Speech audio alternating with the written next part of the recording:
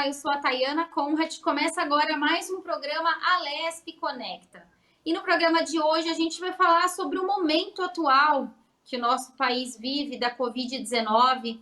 Por isso eu trago aqui o Dr. João Vicente da Silveira, ele que é médico assistente na unidade de hipertensão do INCOR, da Faculdade de Medicina da USP. Ele vai conversar um pouquinho como que está, né, a atual situação da vacinação, a atual situação também dos leitos, né, aqui na cidade de São Paulo, como está a situação no Brasil de modo geral. Seja muito bem-vindo, doutor, aqui ao nosso programa.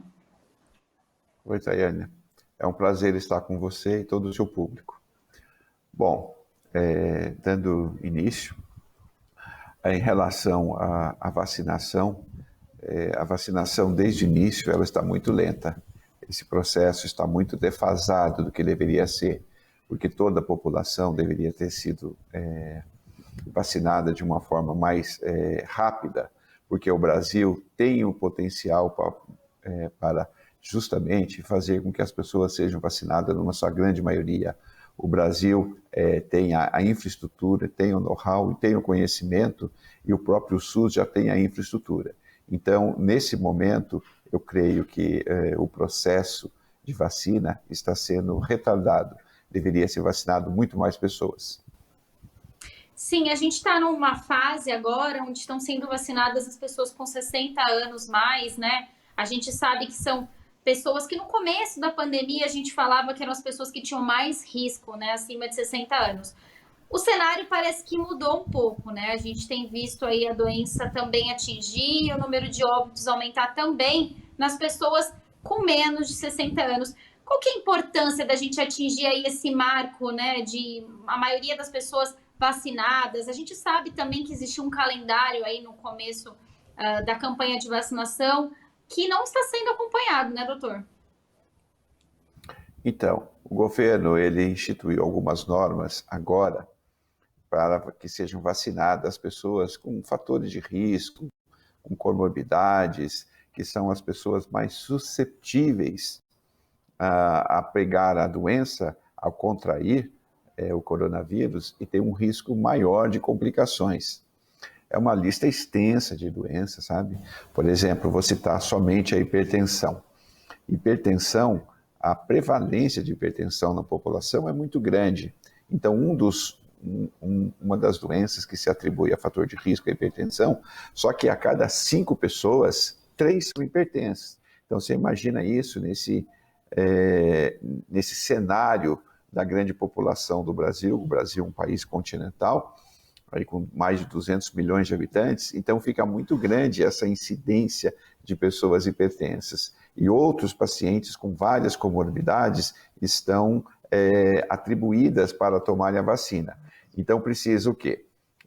Pegar, acho que uma carta, né, do médico, do seu médico de confiança, ou o seu médico que faz um acompanhamento, para que ele faça uma declaração que você tem essas comorbidades e discrimine e escreva quais são essas comorbidades para que os pacientes sejam susceptíveis a tomar a vacina. Então, essa determinação nova do governo, os pacientes já estão procurando os médicos, os serviços de saúde, os hospitais que eles fazem acompanhamento, para pedir essa carta, né? Esse relatório médico. Então, eu creio que isso também vai levar um grande tempo, né? Até as pessoas conseguirem ir aos seus médicos, agendar suas consultas, para que fale com o médico, dê essa carta. Eu acho que vai demorar um pouquinho também. Mas, pelo menos essa demora que aconteceu, mas o Brasil agora está caminhando para um rumo, né? A gente tem visto aí o ministro da Saúde falar bastante. Está me ouvindo? Estou ouvindo. Doutor, agora a gente vê, né, que com o avanço aí, né, desse Plano Nacional de Imunização, a gente vê com a vacinação dos idosos, principalmente, né, a gente já está aí nessa faixa etária dos 60 anos, como eu falei anteriormente, a faixa em que se preocupava tanto, né, que era acima de 60 anos, a gente já vê a diminuição de óbitos também, a gente já está sentindo, então, qual seria o resultado dessa vacinação, né? Então, meu som está um pouquinho ruim, eu não te ouvi direito. A minha O pergunta, sinal está um pouco doutor, lento aqui. a minha pergunta, doutor, foi em questão, assim, falando da vacinação, né? A gente já vê, então, alguns resultados dessa vacinação, né? Principalmente dos idosos, a gente falou, né? Agora a gente está nessa parte da imunização de 60 anos. Então, quer dizer, aqueles idosos que a gente se preocupava mais no começo da pandemia, embora a gente vê que outros grupos estão sendo atingidos, a gente já está sentindo uma diminuição de óbitos também, né? Por conta aí desse avanço do Plano Nacional de Imunização, né?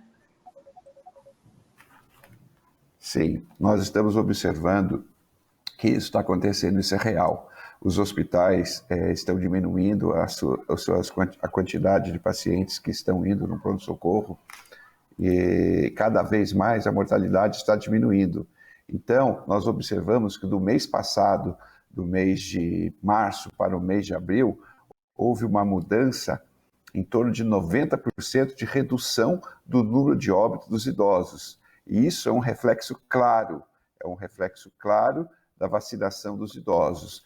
E assim, não só a mortalidade diminuiu, mas a quantidade de pacientes idosos que estão chegando no pronto-socorro também está diminuindo.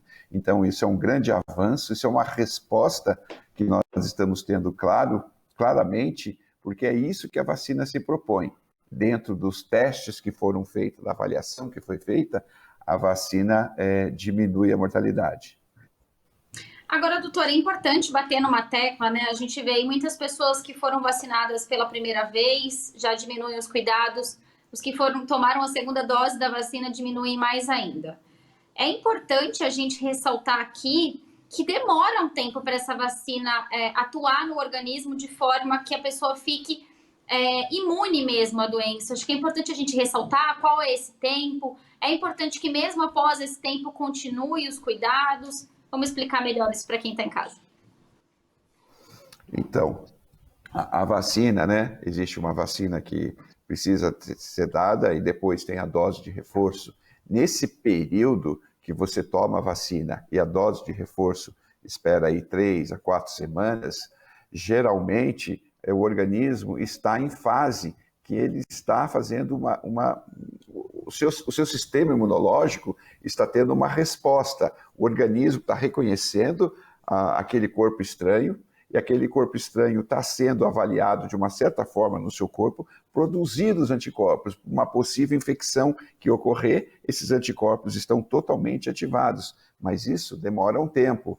Isso não tomou a vacina, em 3 dias você já está, podemos dizer, imunizado. Geralmente isso leva 2, 3 meses, até 4 meses para que você tenha a sua resposta imunológica satisfatória.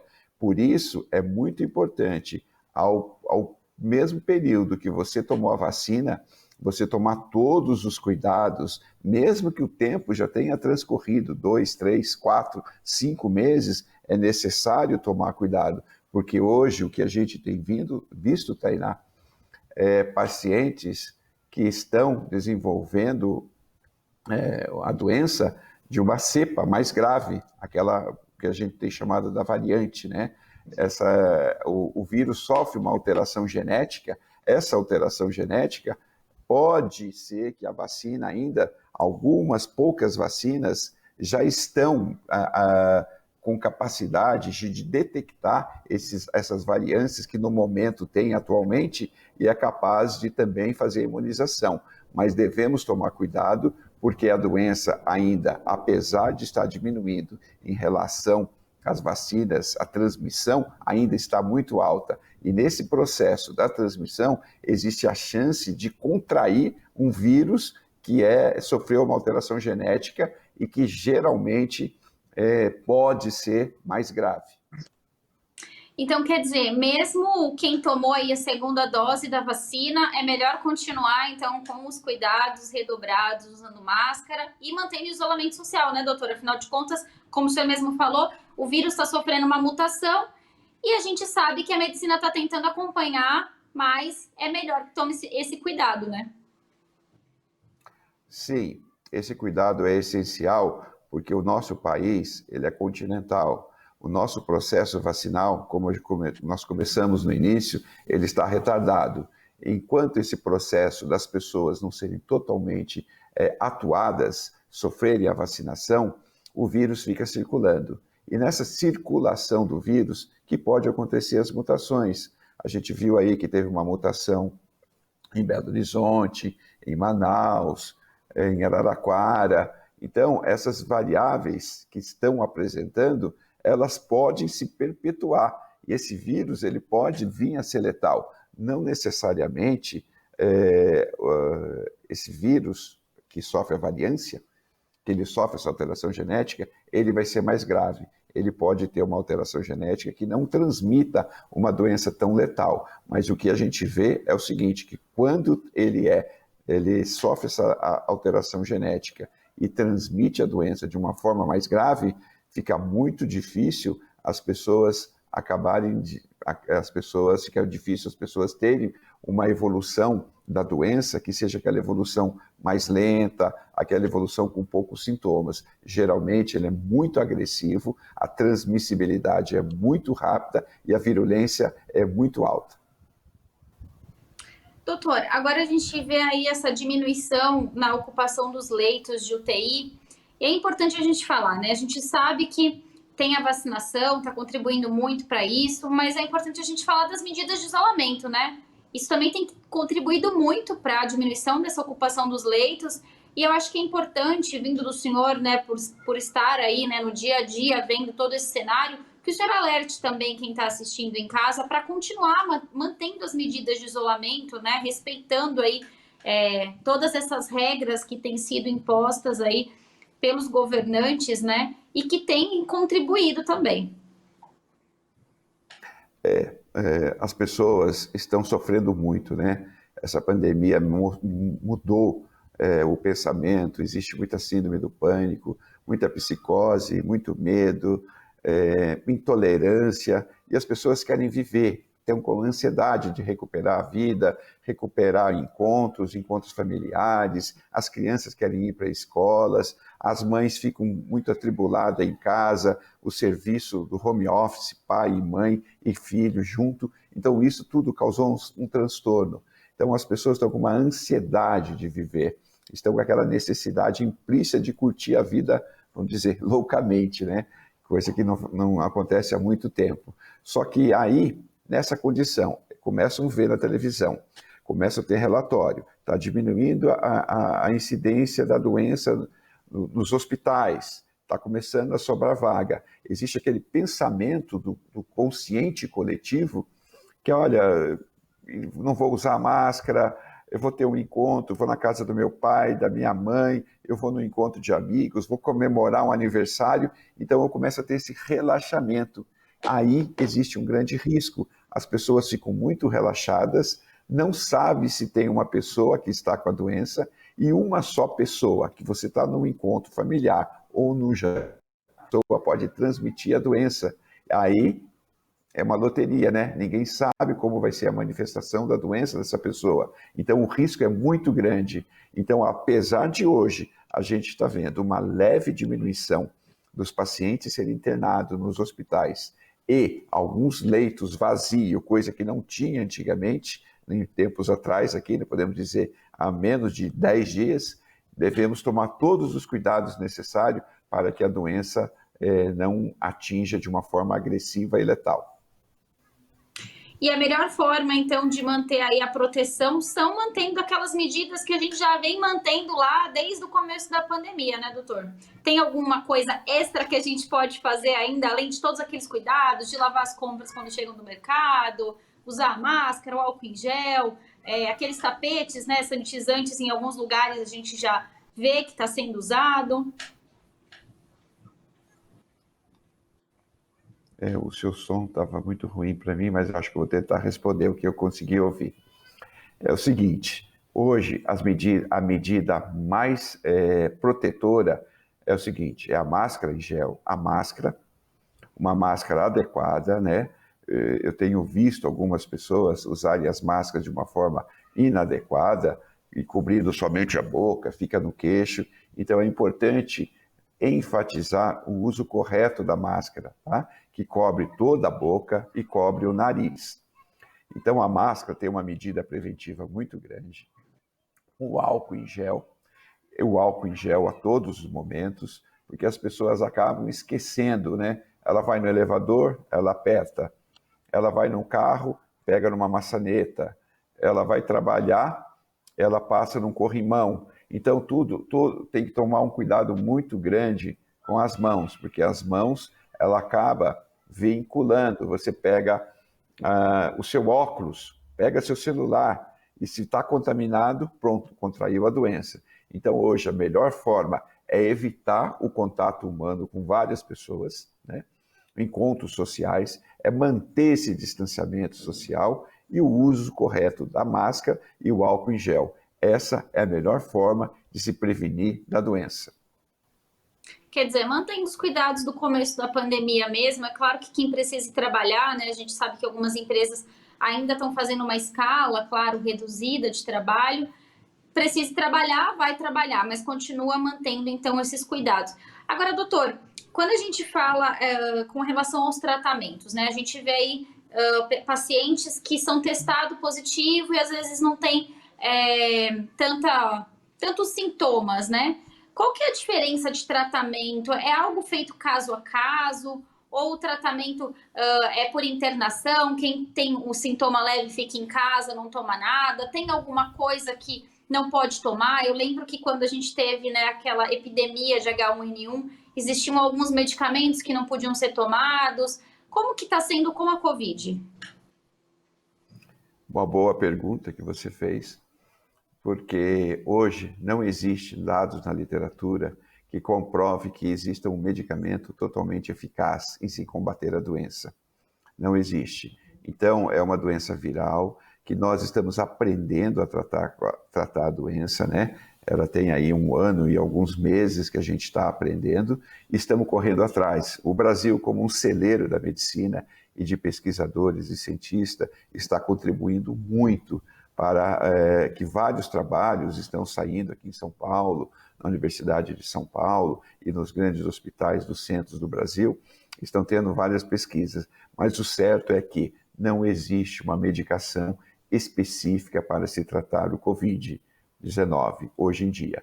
O que precisa é que você tenha, ao contrair a doença, você ter de preferência o seu médico de confiança, um médico que possa te acompanhar desde o início, diferente de quando surgiu a pandemia, que falava, olha, se tem a doença, vai para casa, fique em repouso, fique em quarentena. Isso precisa também, mas é importante que você tenha um médico ao seu lado e esse médico fale com você todos os dias, acompanhe.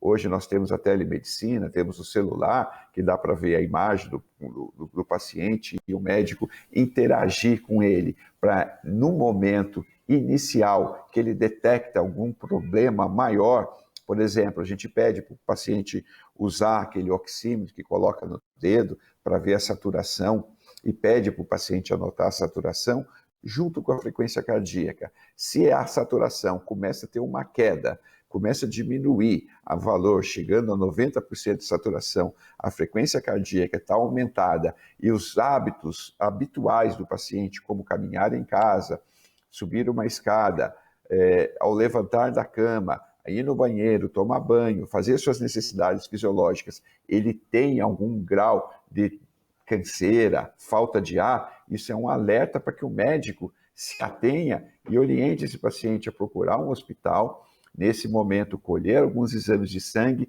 que vai nos guiar para mostrar que ele está com um processo infeccioso viral ou mesmo bacteriano, e se tem uma pneumonia, que é o que mais acomete e leva a uma gravidade esses pacientes que ficam em casa. Então é importante, nesse momento que nós não temos um tratamento específico, é monitorar o paciente dia a dia, a todo momento, conversando com ele e sabendo quais são os sintomas, porque mais de 85% dos pacientes apresentam uma evolução boa, com sintomas leves. Hoje, alguns casos estão sendo apresentados nos pacientes jovens, como você citou, de uma agressividade muito grande. Então, é importante estar dia a dia com o paciente para detectar o mais precoce possível o que está acontecendo com esse paciente. Doutora, como a gente já estava falando, né, durante o programa, a gente vê que a Covid tem atingido aí diferentes faixas etárias. Eu queria que o senhor falasse um pouquinho como está esse cenário dos jovens, dos adolescentes. A gente já escutou falar de crianças com Covid. Eu queria que o senhor desse seu relato, né? O senhor que está aí todos os dias vendo isso, né? Vendo essa situação de perto. É real isso mesmo? Está atingindo criança, adolescente? Então, as crianças, felizmente, elas têm uma sintomatologia muito frustra, muito pequena. São sintomas leves e a grande maioria assintomáticos, imperceptíveis. Pai e mãe não percebem. Então, quando uma criança ela apresenta a doença e tem uma manifestação mais grave, essa manifestação logo ela é percebida pela mãe. Porque a criança tem uma febre alta, tem uma coriza, uma tosse. Geralmente, quando a criança tem sintomas, esses sintomas eles são perceptíveis pelos familiares, pelos pais, e os pais geralmente levam aos médicos. Mas a grande maioria das crianças, felizmente, os sintomas e a manifestação da doença é bem pequeno. Agora, os adultos, o que a gente tem visto? A manifestação ela acontece em todas as faixas etárias. O que nós estamos observando neste momento é que os idosos, em decorrência da vacina, eles estão tendo menos, a prevalência neles está sendo menor. E por um desleixo dos jovens, essa vontade de viver, né, como eu te falei, e vendo que eles acabam, nesse início da pandemia, a gente observou que muito poucos jovens tiveram acometimento da doença. Então houve um relaxamento, houve um desleixo. Você vai numa academia, você vê um jovem não usando a máscara. Você anda na rua, vê um jovem não usando a máscara. Eles acabam se encontrando em postos de gasolina, na esquina, acabam fazendo festas, baladas, né, famosas baladas, e acabam ficando muito exposto. E é exposto uma carga viral tão grande, eles acabam hoje, nesse momento, com o vírus circulando de uma forma tão intensa, eles acabam pegando a doença. Então, hoje, nós estamos vendo uma coisa que a gente não vinha ano passado, é o acometimento de pessoas jovens, de 25, 24, 27 anos, até 20 anos, acometido pela doença. E, felizmente, está tendo uma porcentagem pequena desses pacientes estão se complicando. Mas aquilo que a gente sabe, o que a gente tem visto, como você falou, ao enfrentar a doença, a gente tem visto pacientes que teve acometimento leve da doença, mas agora, no pós-Covid, 4 meses, 5 meses, 6, 8 meses, 1 ano após, os pacientes estão apresentando várias doenças. É o que a gente chama hoje de síndrome pós-Covid. Então, é necessário que tenham um cuidado muito forte para evitar de pegar a doença, porque não só a doença hoje, que ela tem uma manifestação leve, mas o que a gente está vendo, pacientes estão apresentando sintomas e doenças graves em decorrência de ter Covid há 6 meses atrás. Então, a grande situação é não ter a doença para não ter complicações futuras também. Doutor, o senhor tocou num ponto, mas eu ia usar um outro termo, eu ia perguntar sobre as sequelas da Covid. Mas como o senhor falou aí, me corrijo, a síndrome pós-Covid, o que é? Quais são essas doenças, né, que podem vir a acometer um jovem ou alguém que teve a Covid? Então, o que a gente está vendo hoje são muitas situações. Por exemplo, pacientes mais jovens, até crianças, né, estão tendo alterações psiquiátricas, psicológicas, de alteração. Você vê, né, quando não sente, perde o olfato, o paladar, isso demonstra que houve um processo inflamatório, que é a doença, a nível das terminações nervosas no nariz e na boca. Isso está muito próximo do cérebro, né, que é o sistema nervoso central. Então, eles podem ter meningite, eles podem ter AVCs, né, derrames. Nos jovens, nem tanto, mas ele está predisposto a acontecer isso. Então, a gente tem visto nas faixas etárias mais problemas psiquiátricos, distúrbios neurológicos e emocionais. Dos pacientes nas mais faixas etárias, entre todas as faixas etárias, nós estamos vendo doenças como doença da tireoide, que ocorre uma inflamação da tireoide, levando a hipotireoidismo. Isso está sendo muito frequente. Pacientes que apresentam também que não eram hipertenso, acabam virando hipertenso. Doenças que acometem os rins. Ontem mesmo nós vimos no hospital um paciente que teve uma necrose, uma lesão que acometeu uma glândula que fica em cima do rim, uma suprarrenal. Isso foi pós-Covid, um paciente saudável, que nunca teve nada, jovem, de 27 anos, acabou tendo esse tipo de lesão. Outra lesão muito comum e frequente é a trombose. O Covid é uma doença hoje, nós estamos descobrindo que ela é a doença que mais trombose apresenta, ela é trombogênica, ela favorece o aparecimento de trombose. Essa trombose pode aparecer nas pernas, levando uma trombose venosa profunda, pode ocorrer no cérebro, uma trombose cerebral, uma trombose no coração, que a gente chama nas artérias coronárias, que desencadeia o infarto. Outra condição frequente que a gente tem visto muito, além dos derrames, né, que é o AVC, é miocardite, inflama o coração. O músculo do cardíaco sofre toda uma inflamação e aí ele não consegue bombear o sangue, ele fica com uma deficiência e isso bota em risco a vida de pacientes. No coração também, aonde tem o ritmo do coração, o coração ele tem um feixe elétrico, que é onde desencadeia o batimento do coração. Esse feixe elétrico do coração, ele sofre uma inflamação aguda, aí ele, como se o fio desencapasse, e daí o estímulo do batimento do coração, o coração fica muito lento, pacientes necessitam colocar marca-passo para que a sua frequência do coração fique boa. Então a gente tem visto as mais variáveis alterações, entupimento das artérias carótidas, levando a uma doença chamada doença de Takayasu, entupimento das artérias do coração, inflamação, arterite, as mais variáveis inflamações no organismo. É uma tragédia. Doutor, é muito importante, né, esses alertas que o senhor traz, essas consequências mesmo, para alertar mesmo toda essa massa que acaba, às vezes, descuidando por vontade mesmo, como o senhor disse, de viver, acaba, né, negligenciando aí algumas das regras básicas para o convívio, né, para o pequeno convívio que a gente tem tido, né, de usar as máscaras e isolamento social, não aglomerar, não encontrar ninguém nesse momento, não fazer festa. Então, acho muito importante a gente até frisar, né, tudo isso que vem acontecendo, quer dizer, são consequências muito graves. Você pode escapar de uma Covid, mas depois você viver uma vida inteira tendo que ter vários cuidados extremos, né, para continuar aí vivendo, né? Quer dizer, é muito importante essa sua fala. Doutora, a gente chegou ao final do nosso programa. Eu queria agradecer a sua presença aqui no Alesp Conecta. Também já estendo o convite para o senhor voltar aqui, conversar com a gente. Espero que trazendo boas notícias, né? Da diminuição de leitos mais ainda. Muito obrigada pela sua participação, viu? Obrigado, foi um prazer estar com você e todo o seu público. E estarei sempre à disposição no momento que for necessário. Obrigado. Obrigada. Esse foi mais um programa Alesp Conecta.